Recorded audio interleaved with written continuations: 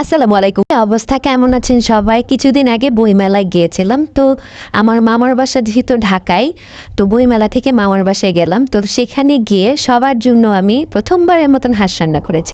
তো চলেন আপনাদের সাথেও শেয়ার করি। একদম গরম তেলে হচ্ছে গরম মসলাগুলো আর পেঁয়াজগুলো দিয়েছি সুন্দর মতন ভাজা, ভাজা করার জন্য। লবণ দিবেন যাতে পেঁয়াজটা সুন্দর তাড়াতাড়ি গলে যায়। গুঁড়া মসলা যেগুলো রেগুলার আমরা খাই, হলুদ, মরিচ, জিরা, ধনিয়া গুঁড়া। তো আদা রসুন পেস্টও আমি সাথে সাথে দিয়েছি, একটু পানি দিয়েছি যাতে পুড়ে না যায়। তো আমার হাঁস রান্নার কোনো এক্সপিরিয়েন্স নাই, আমাদের বাসার মানুষ হাঁস খুব কম খায়। তো আমি চেষ্টা করেছি আমার মন মতন করে করার। তো এই যে হাঁসগুলো সুন্দর ধোয়া ছিল, সেগুলো হচ্ছে কষানো মশলার সাথে সুন্দর মতন দিয়েছি।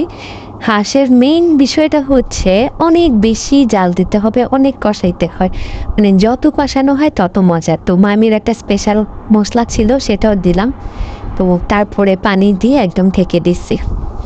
তো মামি আবার আমাদের জন্য হচ্ছে পোলার চালের খিচুড়ি রান্না করছে। তো হঠাৎ করে গিয়েছি, মামিকে না বলেই গিয়েছিলাম, তারপরেও মামি আমাদের জন্য পোলা চালের খিচুড়ি, হাঁস, তারপরে হচ্ছে মিষ্টি কুমড়া ভাজি, বেগুন ভাজা করতে চাইছিল। ছোট বোন হচ্ছে বেগুন ভাজা খায় না, তো সেটা বাদ। পরে হচ্ছে একটা আস্ত রসুন দিয়েছি। আর এই জিনিসটা হচ্ছে কান্ডলা। আপনারা কি কখনো কান্ডলা খেয়েছেন?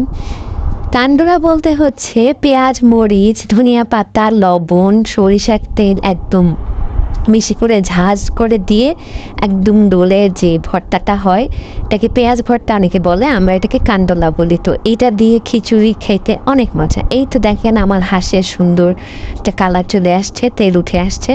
তো এই তো আমরা সুন্দর মতন পরিবেশন করে সবাই একসাথে খেয়েছি। আর প্রথমবারের মতন রান্না করলেও মাশাআল্লাহ রান্না কিন্তু অনেক মজা হয়েছিল। আপনারা কে কে হাঁস খেতে পছন্দ করেন কমেন্ট করে জানাবেন। টাটা।